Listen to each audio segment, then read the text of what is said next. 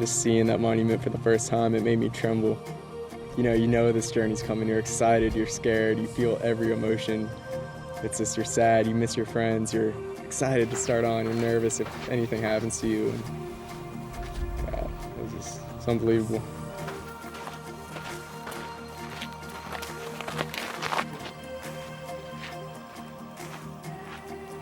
I think that treks like this and adventures like this, where you up and leave for 2, 4, 6, 8 months or 2 years, are magical because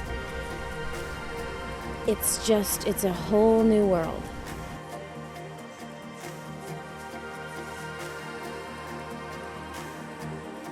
The Pacific Crest Trail is a long, narrow ribbon of space-time that stretches from Mexico to Canada. 5-month-long adventure, walking through some of the most incredible scenery in the United States.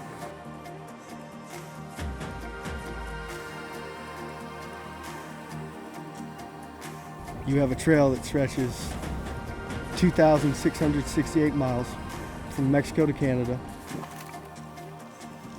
You start in Southern California, which is majority desert.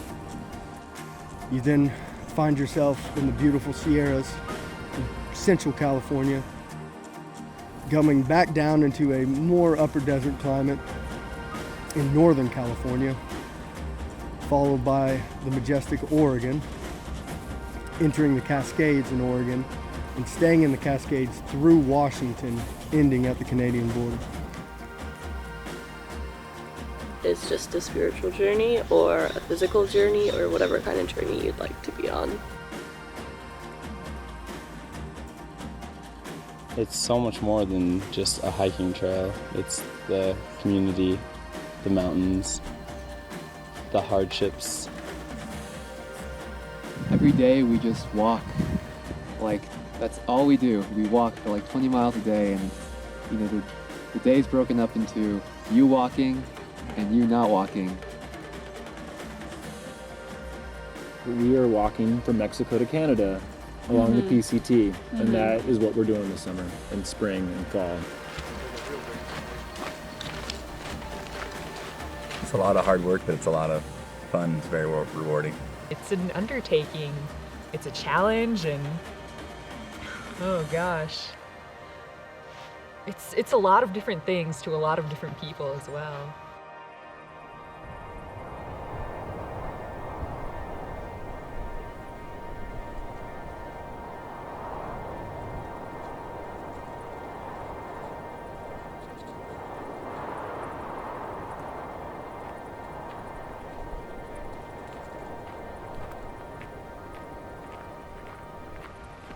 So you actually get out to the trail and it's your first day, and probably the first mile is amazing. You're like, yeah, I'm a badass thru hiker, I'm hiking the PCT. And then a few miles later you might realize, like, oh my god, I'm hiking the PCT, oh, this is so scary. And it is, and it should be.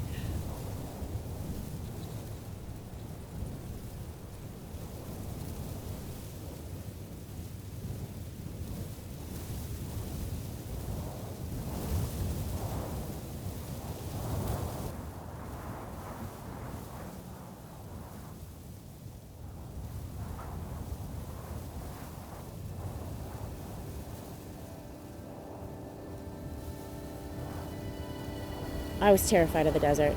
I was like, oh my god, I know mountains, I know snow, I have no problem with those things, I know flat prairies, but the desert, there are snakes and scorpions, oh my god, we're gonna die, and no water.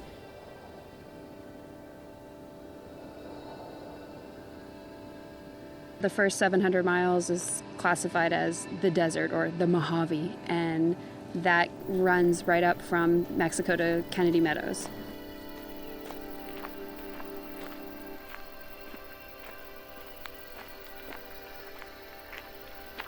I had no expectations of what I was getting myself into. I was thinking like this flat, sandy thing, and all of a sudden we're in the high desert, and just within a few days of starting to hike, I was like, I feel like I'm walking through a botanical garden. You know, there's so many just flowers and animals and snakes and all sorts of crazy stuff down there. That was completely new and unexpected.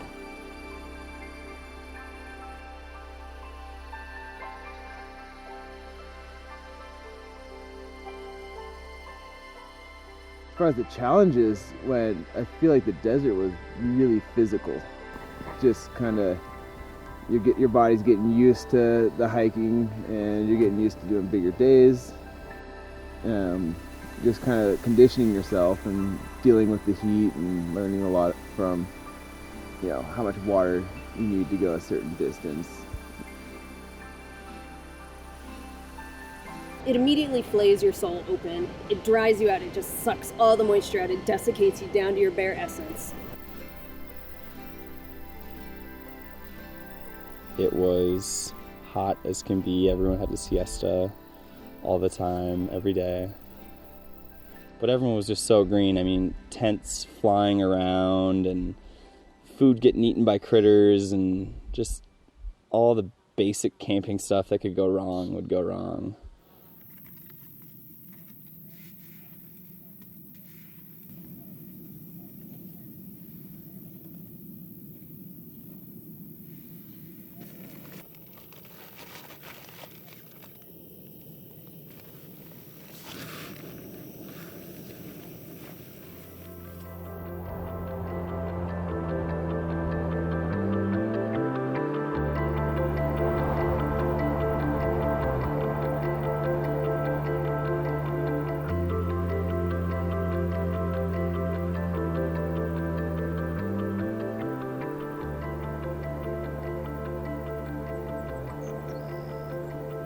What you need to live in a day, it's obvious you need very little to live in a day.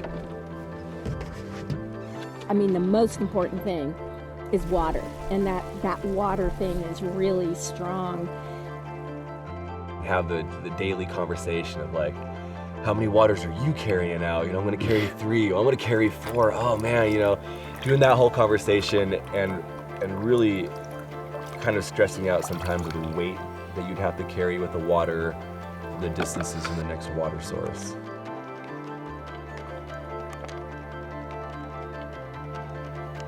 We carried 8 liters each. Day one, almost. she had 8 liters and I had 6 liters. 6 liters. And then I ended up yeah. drinking 7 liters Yeah. and drank like 6 liters. Yeah, so we understand It wasn't a joke. Water caches are where, you know, somebody, a trail angel, or sometimes I found even just a business in town, which are kind of, they're angels too, you know, just leave water out to help kind of lighten your load between natural water sources. And I've learned not to rely on them, but I've been able to rely on them every single time I've needed to.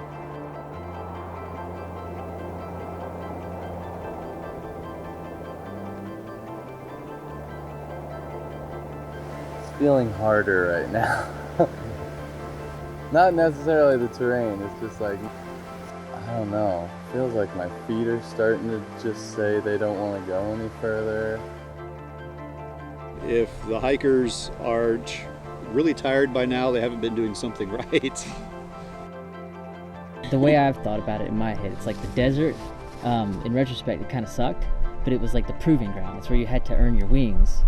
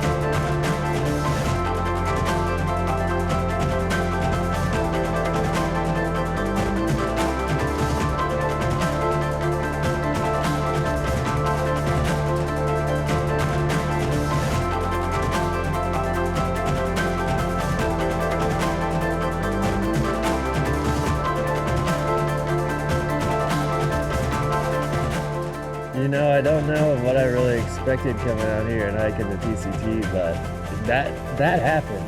The things that I expected happened. But everything else possible in the realm of the hiking has also happened.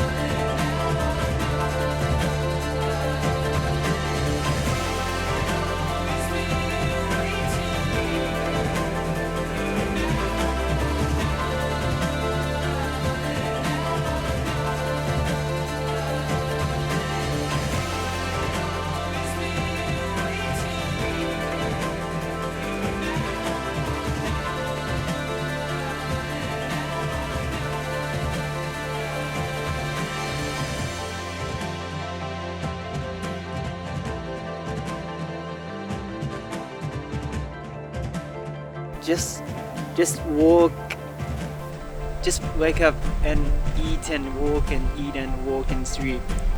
That's it. You know, this is very simple life.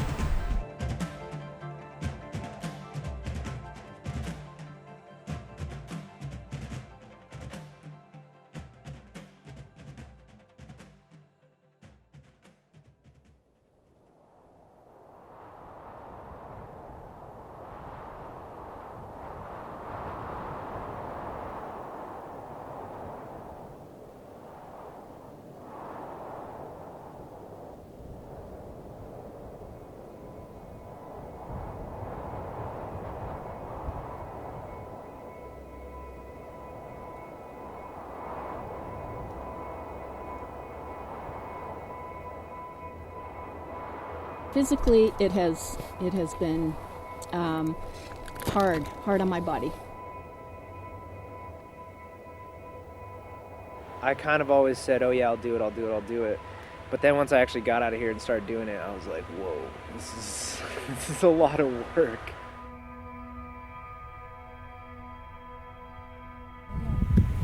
For me, there's pre-blisters and post-blisters. And basically, I don't think I had much pain-free walking for the first 700 miles.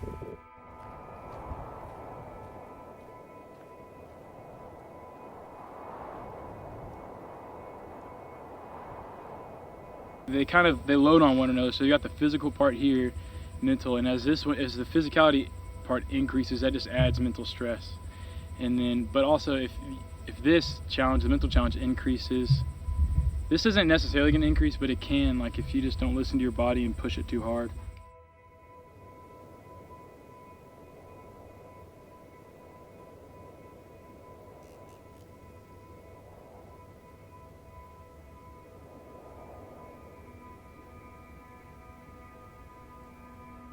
When I started out, my mantra was to listen to my body and not to my head, you know, because I wanted to know when things were going wrong on my body to stop, rest for a little bit, instead of like, oh, so, you know, it's only a few more miles.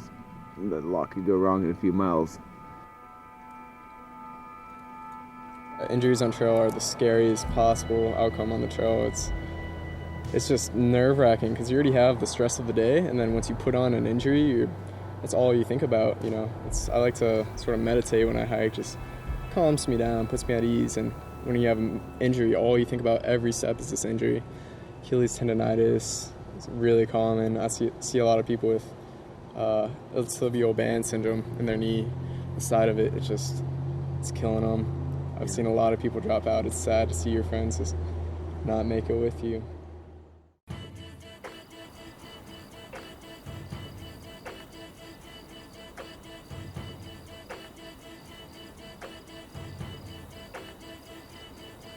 We had never embarked on like a long multi-stage hike like this, and so my stress level or my anxiety about our abilities was definitely a little higher then. So I was like, we have to, you know, Kennedy Meadows, that's where we're going. Kennedy Meadows is like the gateway to the Sierra, kind of like that goal to get through the desert. It's when you have long days like 105 degrees with a 30-mile water carry, and you're like, oh, just keep going and I'll get to the Sierra, Kennedy Meadows and Kennedy Meadows. I get to Kennedy Meadows and then I'm good.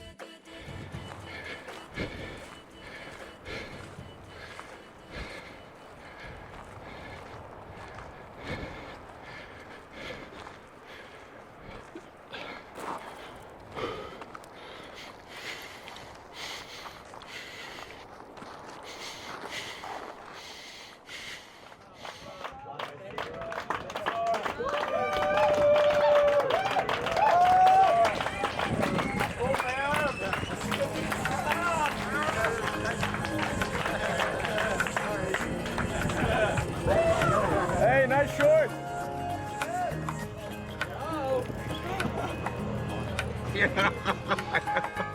I was so glad to see Kennedy Meadows, man. Everybody was so happy. They knew they were done with the desert. But everybody's clapping when somebody comes in. Because everybody that walks into that place has done something. They deserve to be treated with respect.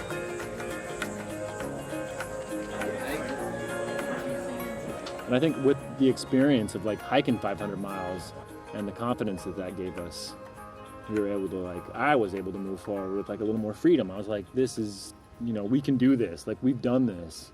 Mm-hmm. And then like after Kennedy Meadows, it's like the Sierra. It's like, well, whatever. Like, we just hiked 700 miles. Like, are the Sierra really going to slow us down? Yeah, I don't think so.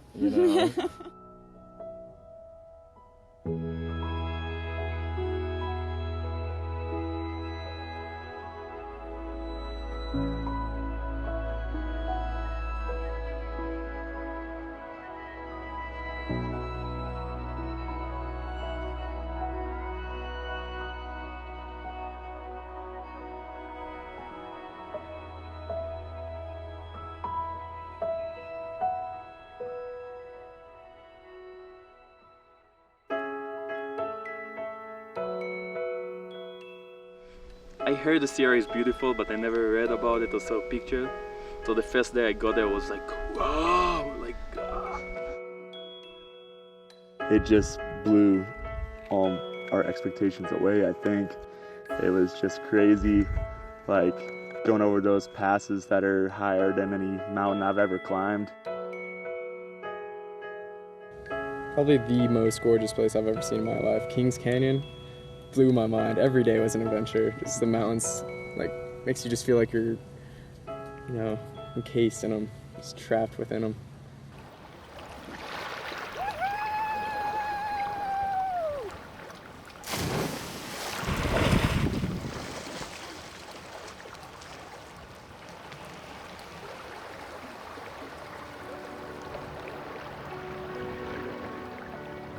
A goal of mine personally and the people I was hiking with was to sleep on top of Mount Whitney, and I think a lot of thru hikers tend to want to do some stuff like that.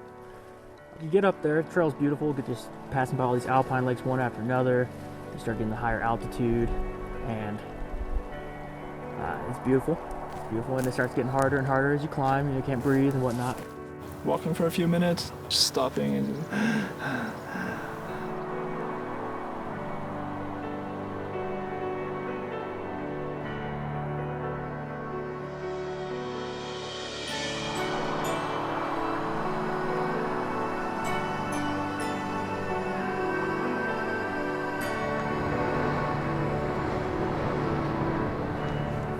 Once on top, the winds pick up, you start to get a little cold. Mount Whitney was definitely a really cold summit.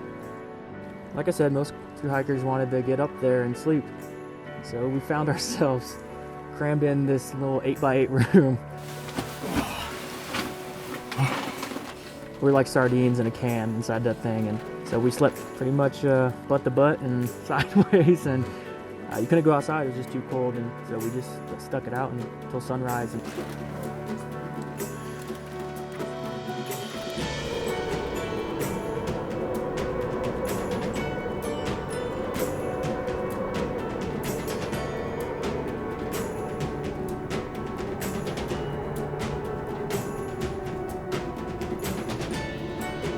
We watch the sun come up over the desert on one side, just light up the mountains. It was just amazing to stand up that high and watch the sun just illuminate the world around you.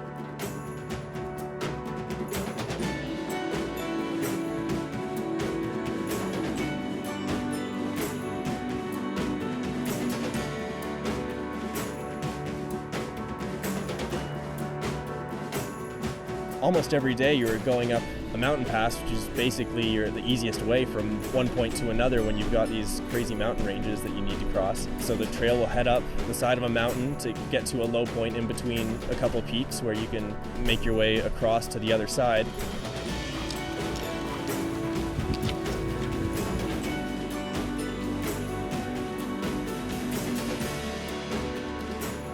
When I went over Forester Pass, the north part of Forester Pass, and there was snow that you had to traverse, and it was, I think, probably the most beautiful day of my life.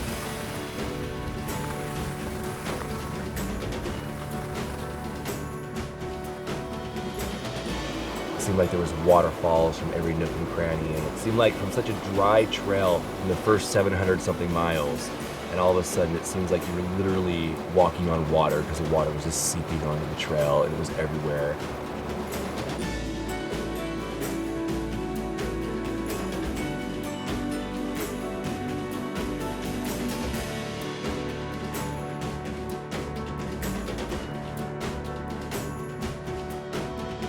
And all of a sudden there's all this moisture, it's verdant, it's beautiful, and you start to look around and you're like, this is why we're here, right? But it's still hard. It's still really hard, and all of a sudden the steps get huge and the physical demands are like, they change. It's not heat, it's cold, it's wind, it's like intense climbs, and it's elevation and all these things, but you're getting something out of it. The beauty is there. So the challenges seem a little, it's almost a little more forgiving because you get a reward for it. You get these pretty views, you get all this moisture, and I feel like your soul is slowly starting to rehydrate.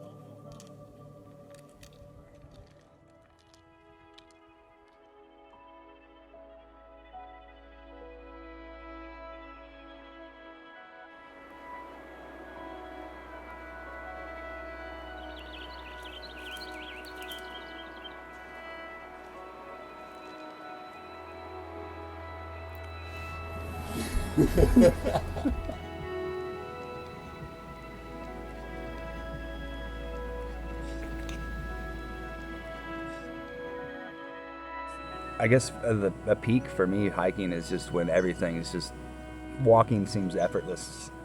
I'm just enjoying my surroundings, and it doesn't seem like work. I'd say the valley's kind of the opposite, where it does feel like work and it maybe isn't fun at the moment. Yeah, there's always an end to the suffering.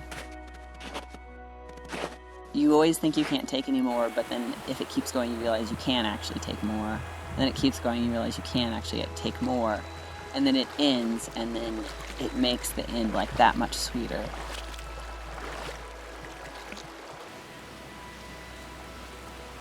I feel like in the regular world, in like Western culture, we rarely have to delay like our gratification for the simple comforts.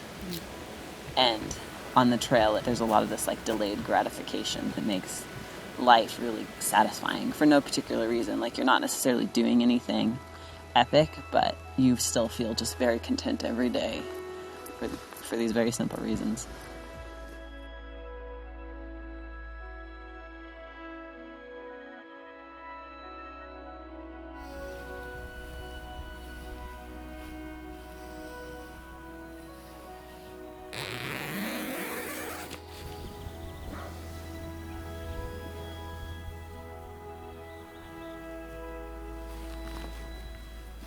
I think everybody, while they're hiking, has thoughts. It's like a meditation. And in a meditation, sometimes you have perfect stillness in your mind, or sometimes you have thoughts that come in that you don't want. And a hike is like that to me. And when those thoughts come in, those negative thoughts, I would just basically ask myself, where am I? And I'd look around and describe everything that I see, and it would just center me right onto the trail, and I say, what time is it? And it would always be now. And I would just repeat that over and over, and all those negative thoughts would go away.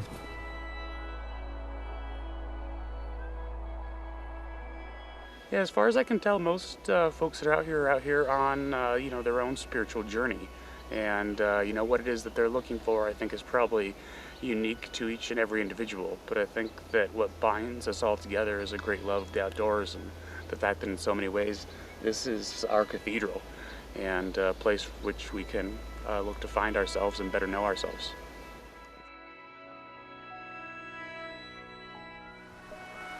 It's turned into just a place where I can always seek comfort or find comfort when I need it in my life, and it's turned into this incredible teacher, all just of being out here and walking and having the time to explore my own mind. And for as far back as we know, people have been walking as some sort of a spiritual practice, like pilgrimages and stuff, but it just wasn't part of my expectation that a walk would be my practice, and it is my practice now.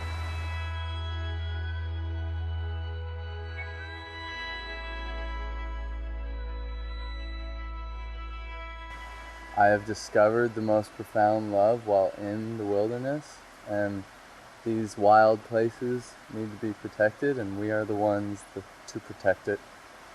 So do whatever you can.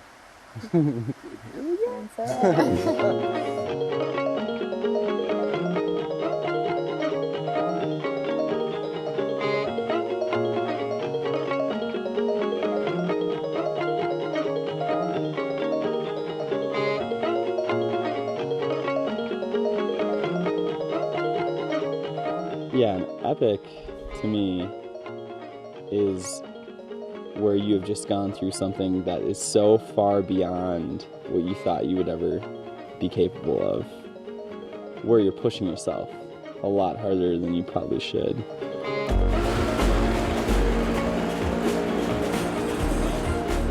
When you're way beyond exhaustion and you should be relaxing, but you continue to push yourself because you have a goal in mind.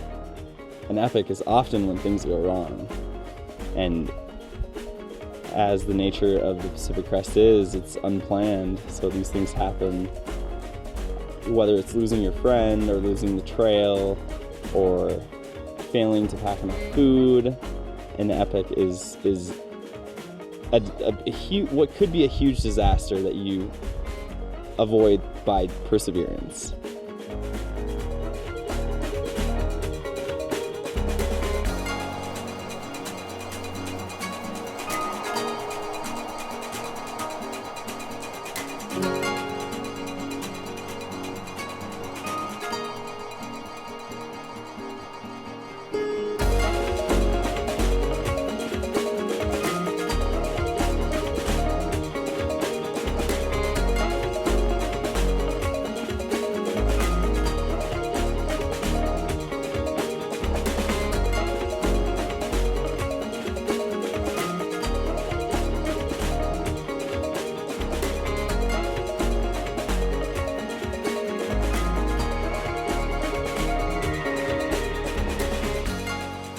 One of my favorite things is when you wake up in the morning, you have absolutely no idea where you're gonna end up that night.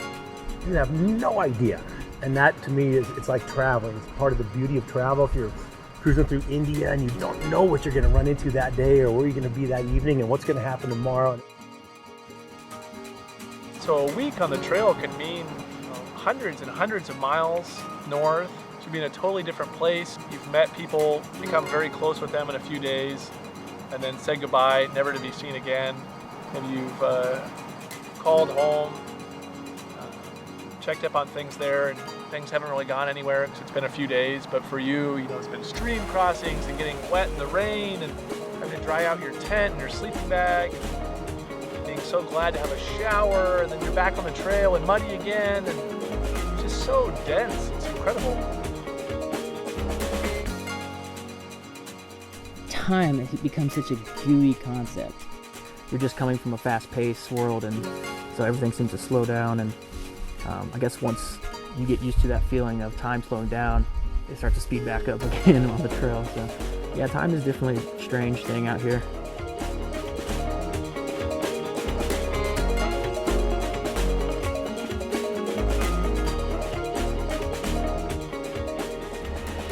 Oh my gosh, I have to remember the day of the week and like... Right, you're hike for 4 days, and you don't even know where you are or what day it is, and then you get to town and they're like, oh, no, the post office is closed. What? And then just being around so many people in certain cities, it can be very overwhelming depending on what town you're in. It's just like you've been in the woods for so long, and then all of a sudden it's just a culture shock, and I get just stressed out. There's hustle and bustle, and sometimes it's like, okay, go, we gotta do this, we gotta do this, we gotta do laundry, we gotta do this, buy this, and then get up.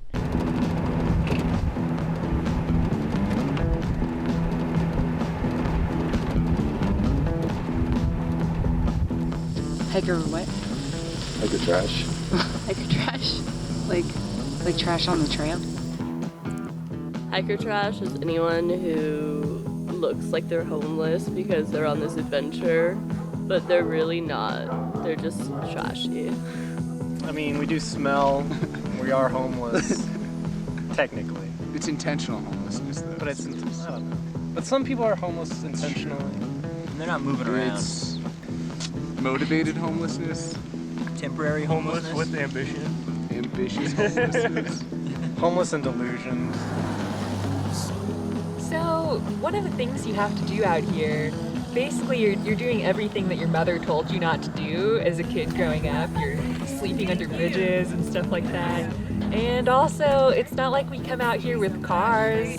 You don't walk to Canada and take a car, so sometimes you gotta hitchhike. Putting myself out there and, just saying, hey world, I am desperate and need a ride. You'll come to a forest road or something, or some lonely little highway, and you'll be out of food, and there'll be a town 30 miles away or 15 miles away, and it's kind of unrealistic to walk there. Now when I get to town, I'm gonna get some beer, and I'm gonna get some food, and eat everything inside. I've got this huge list of things that I want to eat and drink. The resupply process, we've gotten down to an art. It's all a balance, really. It's like how, do I want to move fast and carry less food, or do I want to go slow, carry a lot of food, but just take my time? Going to the grocery store and doing the opposite way of shopping as pretty much everyone else in the universe. Just trying to pack in as much fat as possible. It has been 2,600 whatever miles of tortillas and peanut butter and Cliff Bars and meat and cheese. Hiker hunger is an appetite that you cannot satisfy because you are burning so many calories walking 20 plus miles every day. I was craving jalapeno cheeseburgers so bad that I dreamed about them. Yeah, I dreamed about jalapeno cheeseburgers. Like my excitement at getting into a town, or like excitement at getting to a gas station, is just astronomically higher than it is in my normal life. I have the beer and ice cream philosophy. As you're in the middle of a section, one of the motivators that keeps you moving is thinking about getting beer and ice cream in the next town. And that's great. And then you get to town and you get your beer and you get your ice cream, you're stoked. And then you're looking around and it's, a noisy truck stop, and kind of tell yourself, gee, I wish I was kind of back on the trail.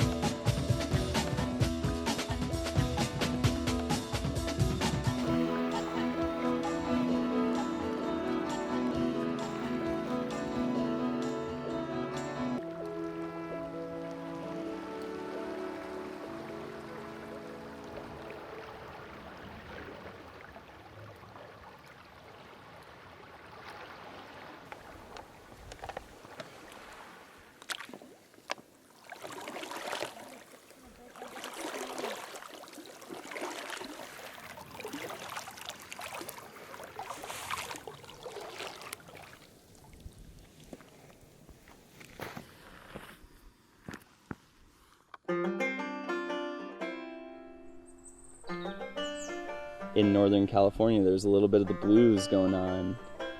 It was a time where you're halfway, and I think we did lose a lot of hikers there.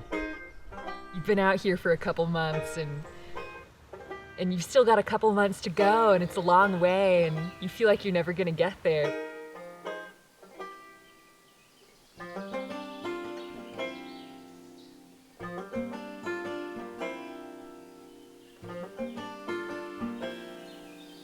We were doing a lot of big days and it was really hot, and I don't know, like I just think of like all the hours I spent just like counting down miles and like doing these like little mile calculations in my head like all day.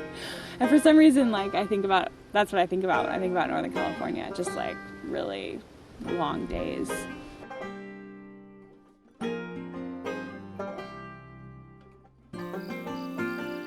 For miles of trail, you don't have any views off to any side, really. It's just, you see the trees, the bushes, the birds, the rodents, and that's about it. And the people around you. And you might pop out on a lake, but then you just really are just in the woods.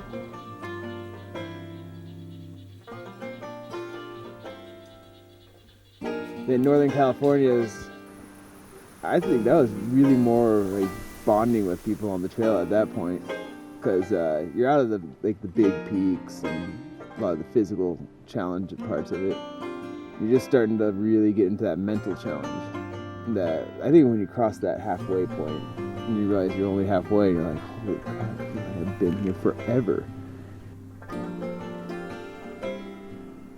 It was kind of a relief, but it was also kind of like, fuck, that was halfway. Like 3 months on the trail and that was halfway.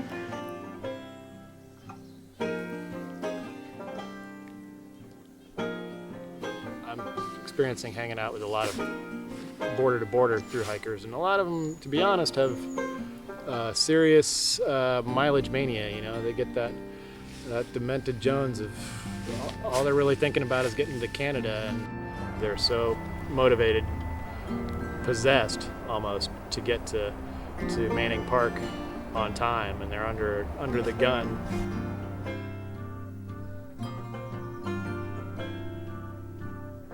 I would describe the community as a little insane. Like, who would walk 20, 30 miles a day? That's crazy. But you come out here and you do it, and you're like, oh my God, I can hike 25 miles, 28 miles. I can maybe even go 35, and you just realize what you're capable of, and everybody sort of gets to that point together when you do it as a big group, and that's really fun.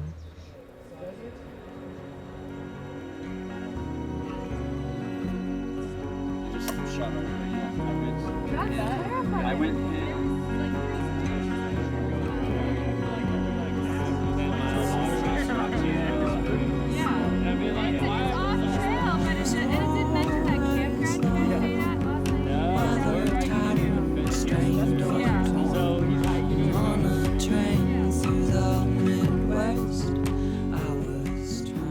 I think I like what I like most about hiking is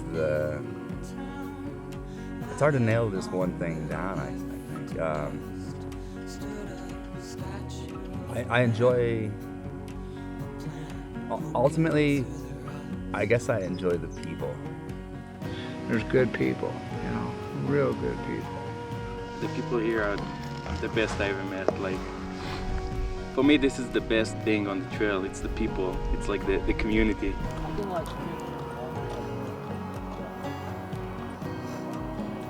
If I could sum up one word, this trail community, I would say kindness. I've never met more generous people and caring people. People really do care about each other on the trail.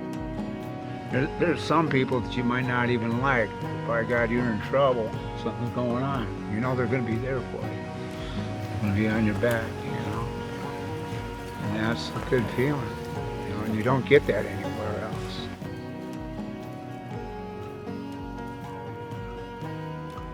When I think of it, I think of the moments where I haven't seen a friend in 500 miles and I see their face and it's just the biggest smile. Or the moments in the rain when you're getting poured on and you walk up to your friend in their tent and you're just like, good morning, what a wonderful day, even though you're just getting drizzled on. I would say that the community on the PCT is a bunch of people who would probably never hang out with each other, who suddenly have everything in common, and who go on an epic overland journey together.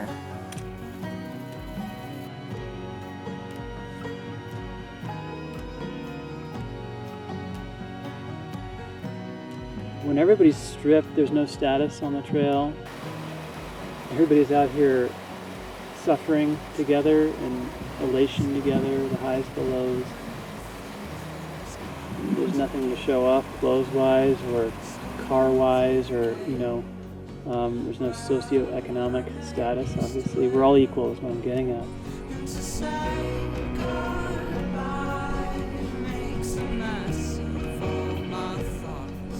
Quickly I found out that even when you think when you're by yourself, you can shout out a huge hello and you're probably going to get one back because, in a vicinity there's probably going to be someone next to you. And it feels like a big traveling family or a small town, something like that. And it's something you don't really find in other places in the world, certainly not in the city. Normal everyday working life, it just doesn't exist. I think in regular society, there's so many distractions, but on the trail, especially a through hiking trail, everybody has that one thing in common, that they all want to hike, a couple thousand miles to get to a certain place. And I think that opens up, everybody. And, everybody's looking out for one another. Everybody's living so simply. Everybody's living out of their backpack. And I think that's what attracts me to being out here is being around people, that are just so resourceful, so creative, funny, and just like to have a good time.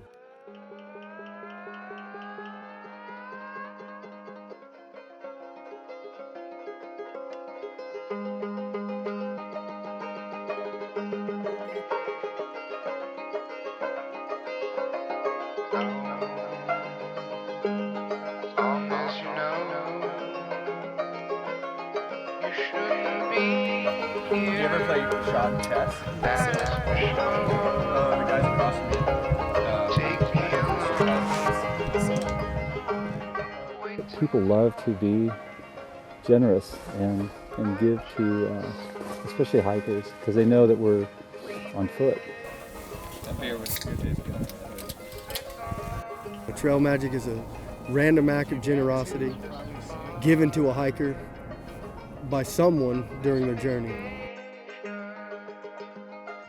Trail magic is the greatest part of the trip. It's knowing how much people care about you when you just get done with a 20-mile day and you see a cooler on the side of the trail, lift it up and you see a Starbucks Frappuccino in it.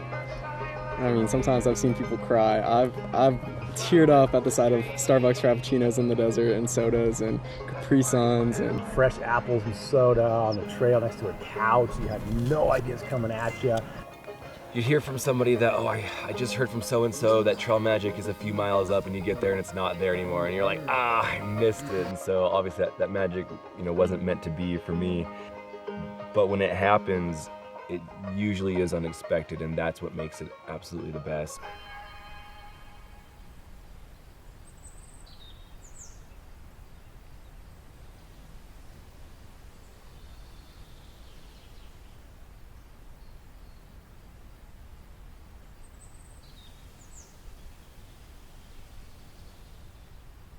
I would say the community on the PCT is a great model for the world. And particularly the people that show up to help you when you need it most. The trail angels. Stop. Oh. Trail angels are the wonderful people that put up with the dirty, stinky hikers, and they make us feel right at home in their lives. Take us in and donate 2 months of their life to help out basically 1,000 knuckleheads cruising through their backyard. This is the internet cafe over here. We have about 5 laptops. We have Wi-Fi on the property if you have your own device. I love everything about hikers. Hiker season is way better than Christmas to me. The smell of stinky hikers at hiker season is like smelling pine cones at Christmas.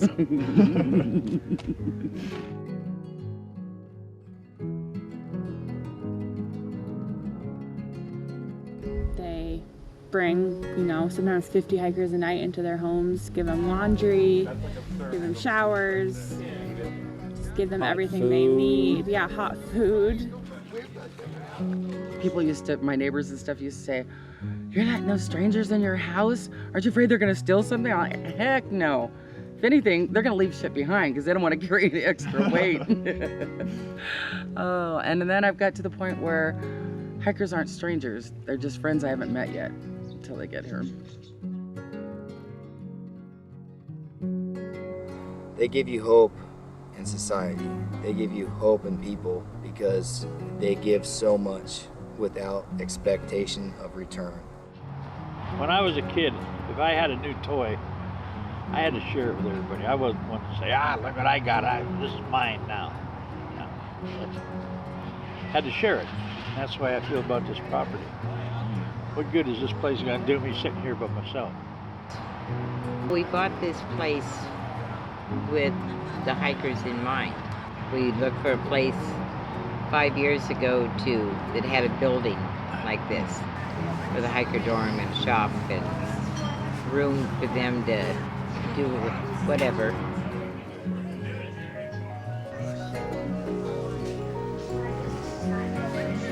They understand that it's people helping people, and that's what makes things better. And they've all found their niche in this because they've seen hikers in town or wherever they're at. The guys across from me back in first year had a shot chest. You think of it as this big solo journey that you're embarking on, but no, it's not. Like, it's this whole network of support that you rely on, or just like, the people you run into for a few hours that talk to you and like make you forget about the fact that you're really hungry or in pain.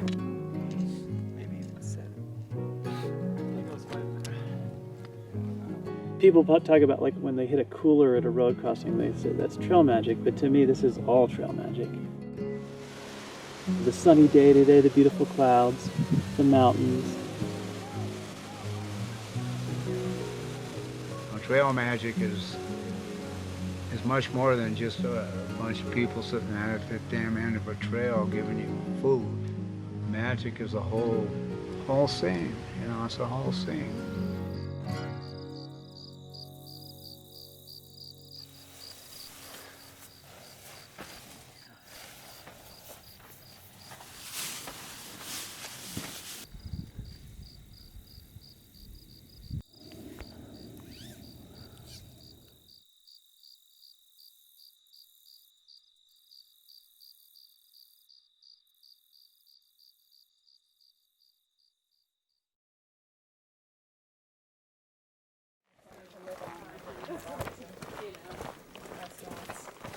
Right. Hours are really something more steady. I also want to work on something of my own, business. But yeah, I was thinking about, do you have something you think you want to do maybe after? Getting into Oregon was amazing. Having come through 1,700 miles of California to be somewhere new was wonderful. We had hiked 1,689 miles or whatever it is. That was definitely a milestone. Mm-hmm. We just hiked through the state of California. And once that was done, it was like the home stretch kind of. This is Oregon here, and Mount Jefferson is probably over there, but who can know for sure? So. Moving into Oregon, we started seeing a lot more volcanic evidence. The rocks changed. The ground that you walked on suddenly had changed, which was interesting because you just get used to certain types of trail. I mean, you're walking all day, and when the ground below you starts to change, you definitely pick up on that. and the trail became just flat and like a highway, which was welcomed.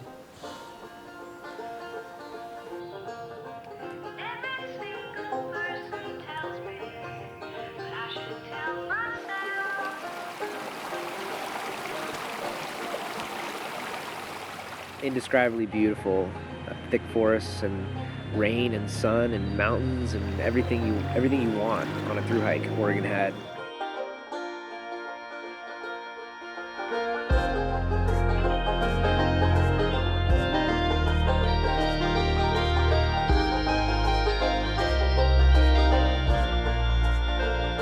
Things like Crater Lake just forever stand in my mind as this iconic piece of the PCT.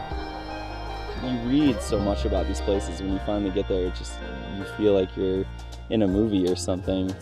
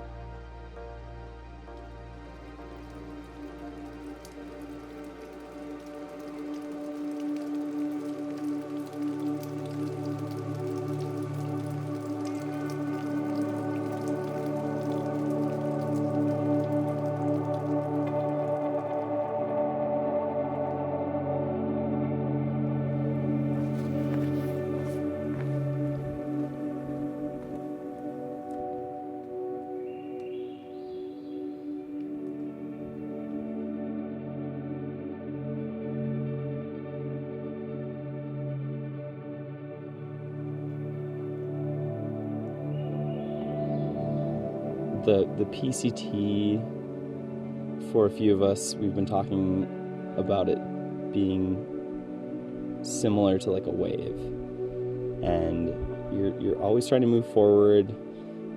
You're never trying to fight the flow. You're always trying to take the path of least resistance, and I think that's one of the key things you can take from this, is to just ride that wave and to not be on your own schedule. Because part of an adventure is that you don't know what's going to happen.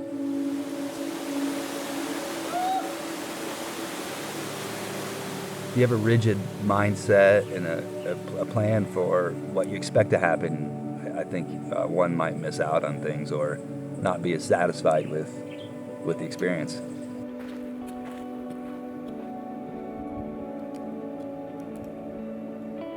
You try to plan things out and you think things are supposed to go a certain way, but after being on the trail you realize you just can't control everything, and like whatever happens you deal with it. You have to keep walking. My hiking has evolved to the point where I no longer set any destinations. I walk on, I don't know where I'm going to camp, and I just let go of plans, schedules, mileage. I have no clue what the mileage is, and just walk kind of like with my palms up and see what happens.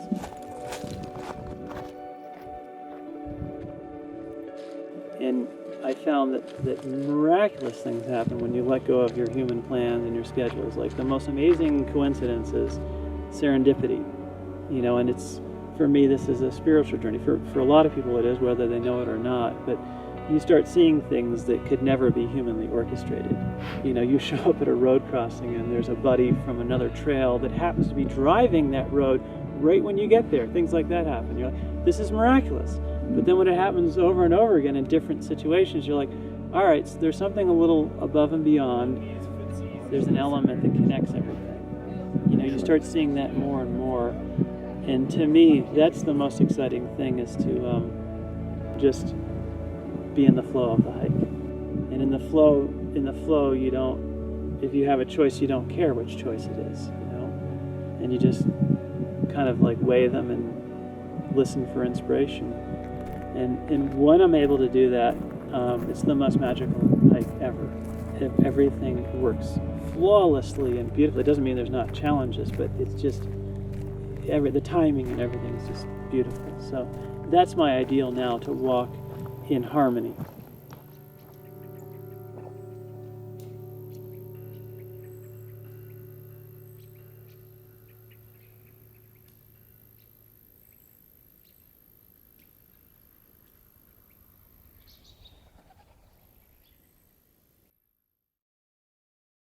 That was not what I meant, you know. She just was saying if she had to. None of us waited for this. I can't believe you guys were gonna split a mountain house. That's just like not. It says half a pack. The PCT hiker gets to experience freedom on a whole sort of new scale. No cell phones. Well, we have cell phones, but no timetables to speak of, no jobs, no emails, no phone calls. Really no stress, except just like, walking. When are you going to get to the next town? It's funny coming into town and you're hiking, like walking around in town and like, oh, I gotta pee. And just like, oh man, I gotta find somewhere to pee. It's like, this is crazy. There's bushes right here, why can't I just stop? There's a sense of freedom that you have out here, but it's not just this random liberation. That's not the kind of freedom I'm talking about. You have the freedom to hike as far as you want that day, knowing that you'll have to make it up the next day to meet your goal. You can make your choices of how you want to thru hike or how you want to live your life, is another way to put it, without the pressures that normally bind us.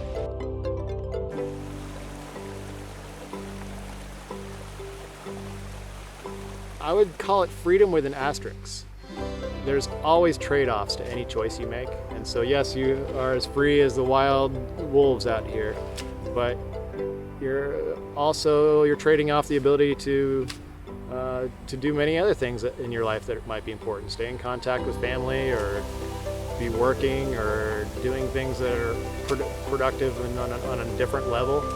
I wouldn't call it the ultimate freedom to be on the trail. It's just a different kind of freedom.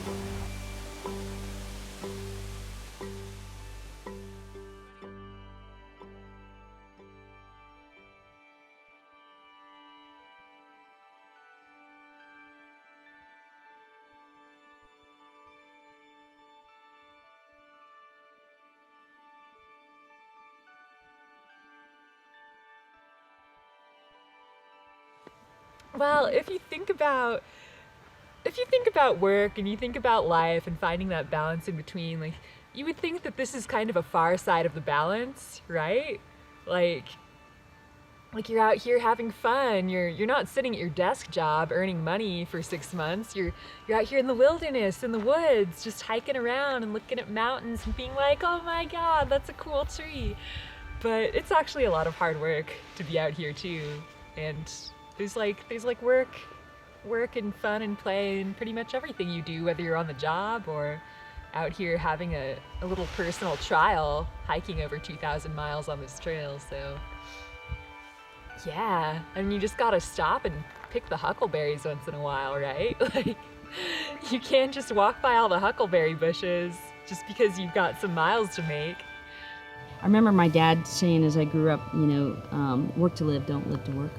And I don't know that I ever really took that to heart, but I certainly am now, because it's like, it's not worth it. When we left our jobs, we were exhausted, and we'd put everything we had into it, and to really almost like, what end? And so now it's like, wow, well, when you get out here and you can breathe and reconnect with what's real, that's amazing, and you can't leave that behind. That's now a part of who we are, and I'm going to take that with me moving forward into the next stage of my work life.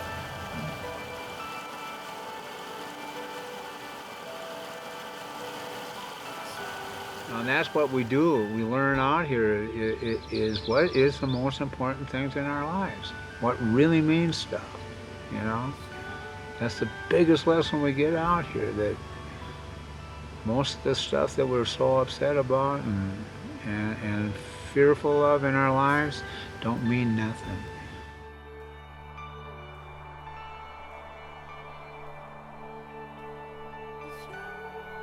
You can go and hike for 6 months. You can go and see the pyramids in Egypt. You can do all of those things that I really wanted to. It's possible. You just have to say yes, and things just fall together.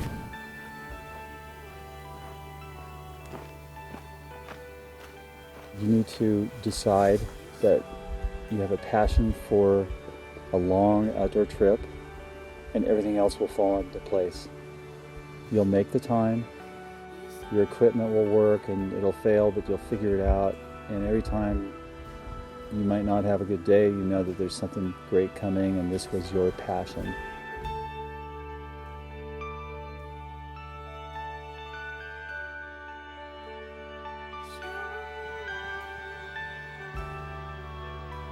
One of the hardest things, I think, is being able to leave all your stuff, pack up your house, and give it back to the bank.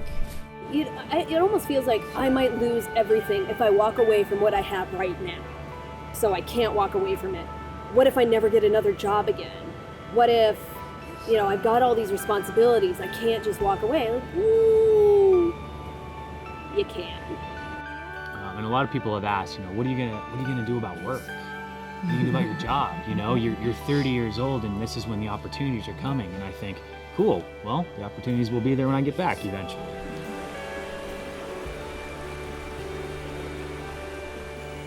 When you're living so simply, when you have everything you need on your back, you have your food, water, and shelter, all your basic needs on your back, and your day is budgeted by time and weather,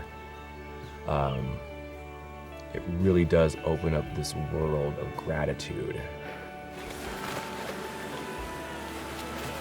I don't need much to be happy. The kind of strategies that you use on the trail are applicable to life, in that you really learn how to be efficient, and being able to separate your wants and your needs, and how easy it is to live with just the basics.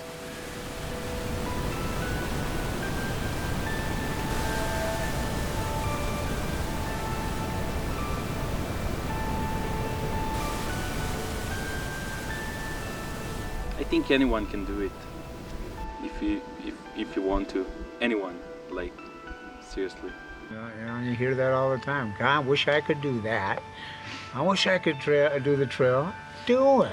It's in your soul, man. Everybody can do this if they really want to do it. Quit that job for a while. Do whatever it takes. And that's it. People get into this damn mode. And they end up so scared to get out of that. Quitting that job or going and doing something new. Cool. And that's why it's so beautiful out here, man. Everybody that's out here has made a lot of sacrifices to be able to be here, and it's working. It's working for her.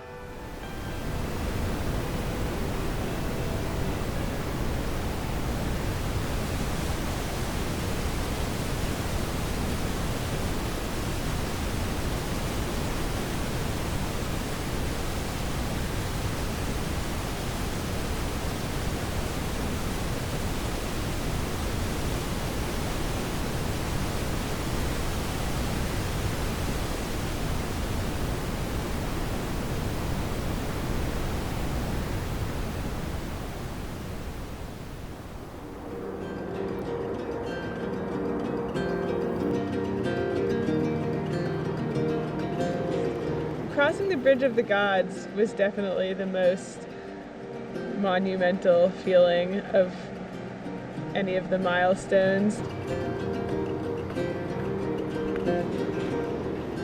It was kind of, okay, so there was a little bit of excitement heading into the last state. I know Washington was going to be beautiful, but it's also very sad in the other hand, because I've already experienced the end of a through hike, and I kind of know what we're heading into.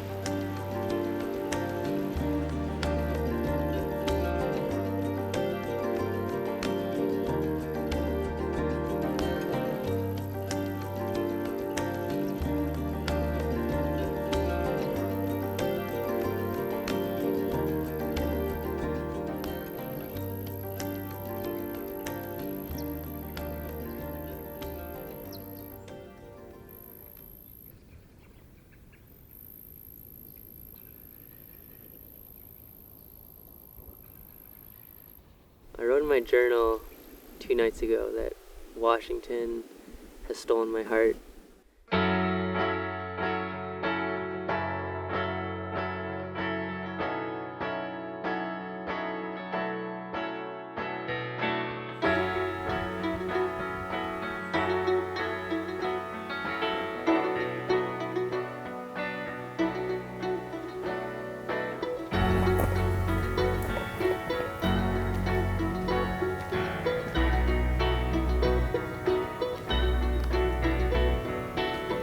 I think Washington has been very nice to us. I think it's the most beautiful section of the trail so far.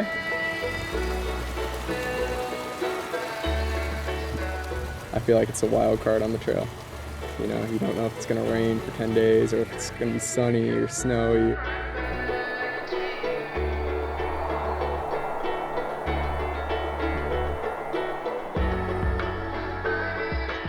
Washington, which might as well be another Sierra, has been equally as tough. If you do a 30 in Washington, you've accomplished something. This trail is not easy here. It is probably in many respects even tougher than the Sierras. There is a lot of up and down. There's a lot of roots, a lot of rocks, but there's a lot of beauty also.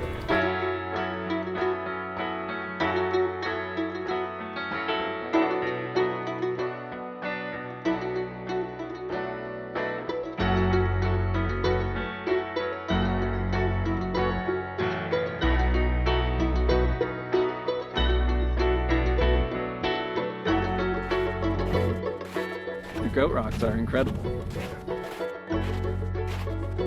There's no other way I can really explain it. Mystical, I guess.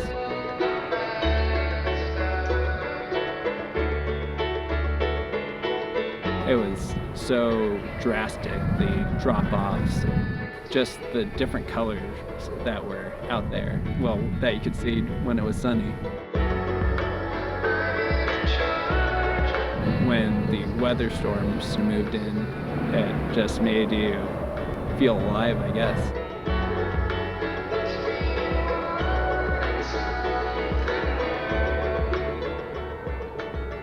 And then it started to rain.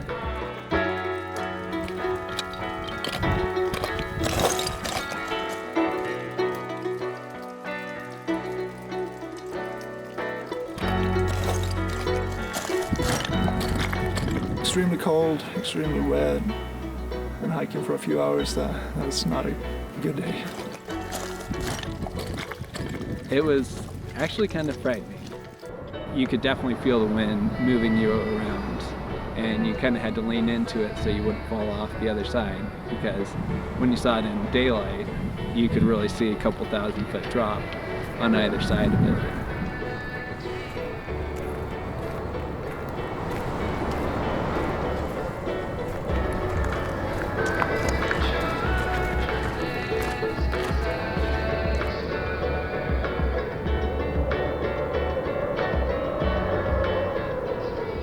Yeah, you just tried to stay on trail as best as possible.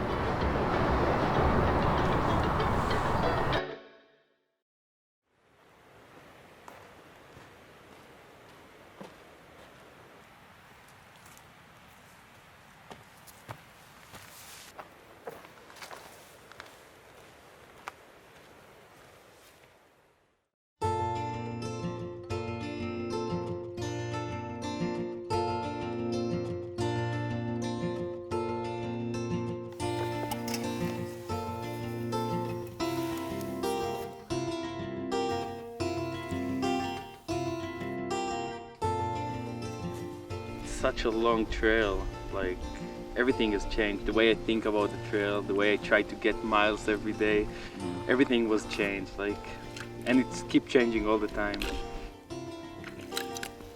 Yeah, when I started I didn't even think about finish the trail, and now I'm like 400 miles from the end. There's definitely phases that people go through. It's a journey, it's a process, it's a transformation. By the time you reach the end, you're not the same person that you were when you started.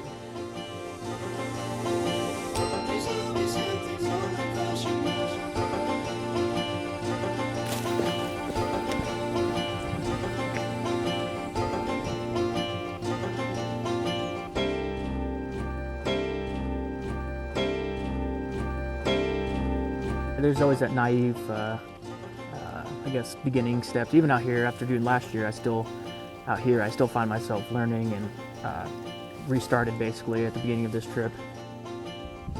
I think you change a lot on a through hike, and I think for me, I just feel like I gained a lot more self-confidence as a hiker and just even as a person from the beginning to the end. People evolve. They're tweaking their gear, they're tweaking their food, they're tweaking nutrition. And everybody evolves every year, even the multi-through hikers. Well, you can see people, they'll start and they'll be planning every damn step.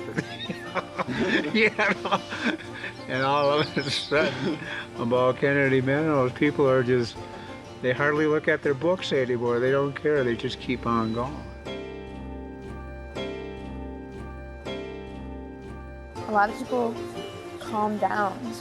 Like after Southern California and after even the Sierras. The Sierras, there's so much hype that I feel like people are still kind of like worked up about it. They're like, oh, it's going to be really hard.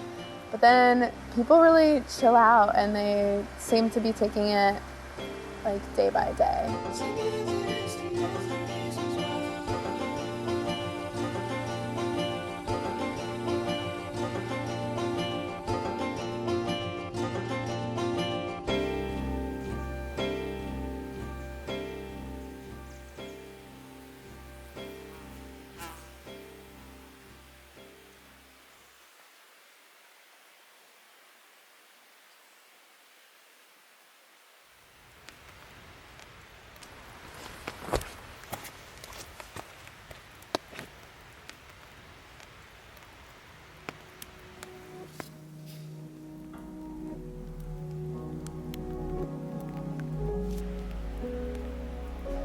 By Northern California, I felt like the physical challenge wasn't really there anymore, and it was just a mental challenge.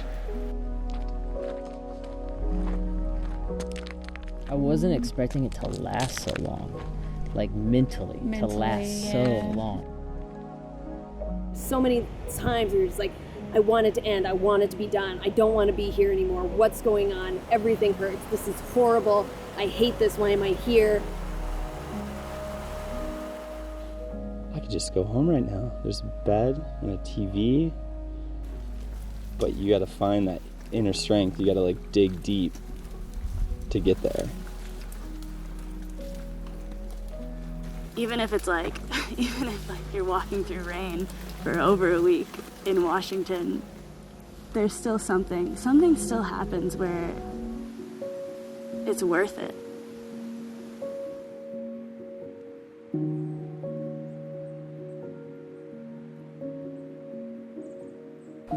I've had 5 surgeries on this knee, and these downhills killing me, and you know, but I'm not gonna let that stop me.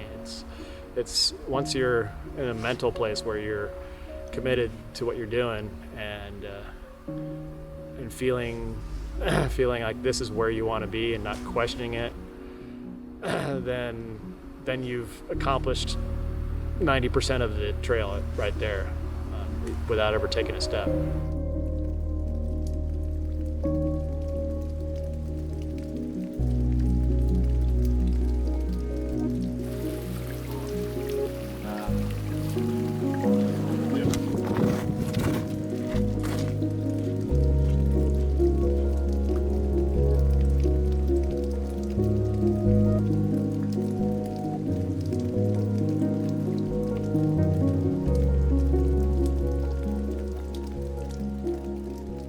It is a very mixed emotion because we're all gunning for Canada. You know, we're trying to get to that finish because we know we have a limited amount of time or we're going to run into snow, so we have this hard push that we have to do to finish the trail.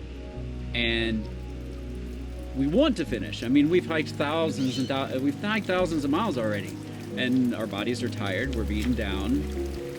Washington's going to give us a bunch of rain and cold and more problems. I mean, it's not going to get easier. Yeah. So we're going to want to finish. But then at the same time, when we're done, you have this very strange mix of emotions because while you're excited that you're finishing this journey, you don't want it to end. Yeah. Like you'll realize I'm not going to see these people, at least not in this situation anymore. There's a sense of freedom that you have out here that you can't have really anywhere else in life, and kind of, you know that you're losing that. Oh, wait, 1 second. Oh no, wait. Look back. Come on, get a girl. One. 2014.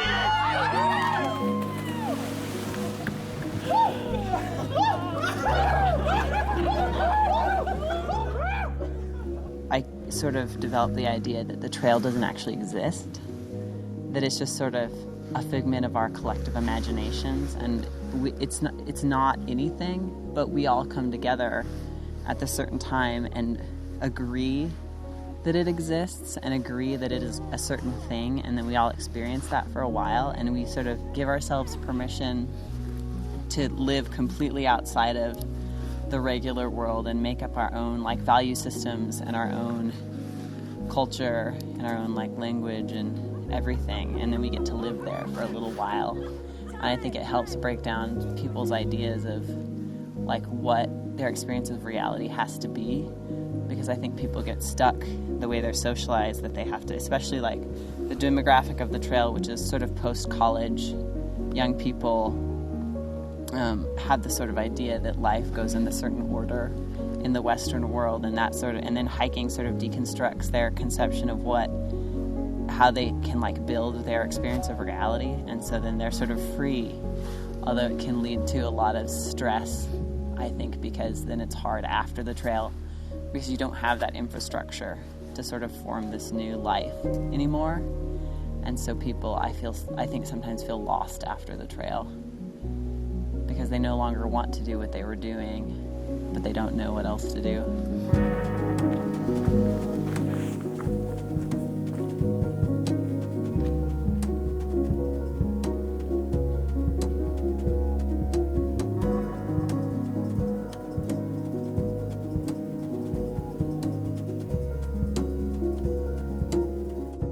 If I knew how long they're behind me, I'd nail that peak right now. The reason why I'm not up one of these peaks is because I'm not sure how far you guys are behind me.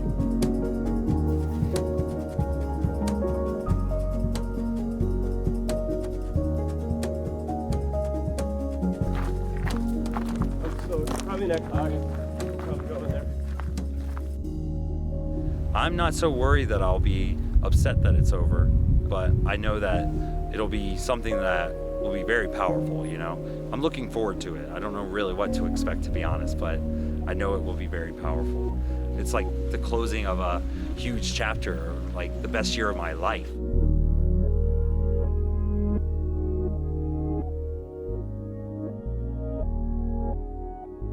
You know, if you took the time to show up here and do the 2660, you're probably not going to stop there with living your passions. It'll just keep going. I'm kind of excited to see like other ways I can push myself when this is done. Like look at my life differently, like, oh man, if I could hike 2,600 miles, I can bother to do these things and not procrastinate on them. Because you really don't have that luxury all the time out here.